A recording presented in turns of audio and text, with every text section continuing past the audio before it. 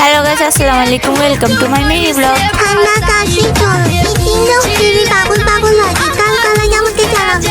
আমি সকালবেলা টমেটো নিয়ে চলে আসছি টমেটোর চাটনি বানাবো বলে। তার কারণ আমার সর্দি লাগতেছে, আমার মাথা থেকে সব ব্যথা উঠতেছে। সকালে নাস্তা না খাই, পান্তা ভাত না খেয়ে গরম ভাতি টমেটো চাটনি দিয়ে খাইলে অনেক ভালো লাগবে। শরীরে যত অস্বস্তি আছে সবকিছু একটু কম হয়ে যাবে। আর আমি বেশি কথা না বলি, 3-4টা টমেটো নিয়ে সরষে তেল দিয়ে সিদ্ধ করে নিছি। এখন ওগুলো চামড়াটা শুকনো করে ফালাই, এইভাবে কুটি কুটি করে লবণ, ধনা পাতা, কাঁচামরিচ, পেঁয়াজ, সরষে তেল, শুকনো মরিচ এগুলা দিয়ে আমি সুন্দর করে মিক্স করে ফেলবো। মিক্স করলে দেখবেন যে কি সুন্দর একটা কালার আসতেছে। শুকনা মরিচ দিলে আমার কাছে ভালো লাগে। আমি আর একটু সরষের তেল দিতেছি।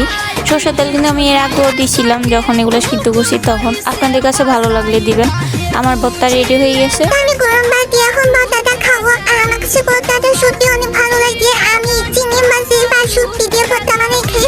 আর আপনাদের যদি সত্যি কাশি হয় তো আপনারা নিজেরা বানিয়ে খাবেন, বড়দেরকেও খাওয়াবেন। এবার ভাবতেছি সামনের বছর আমি একটা স্টল দিব বৈশাখী মেলাতে। ওখানে পান্তা ভাত আর ভর্তা থাকবে অনেক রকমের।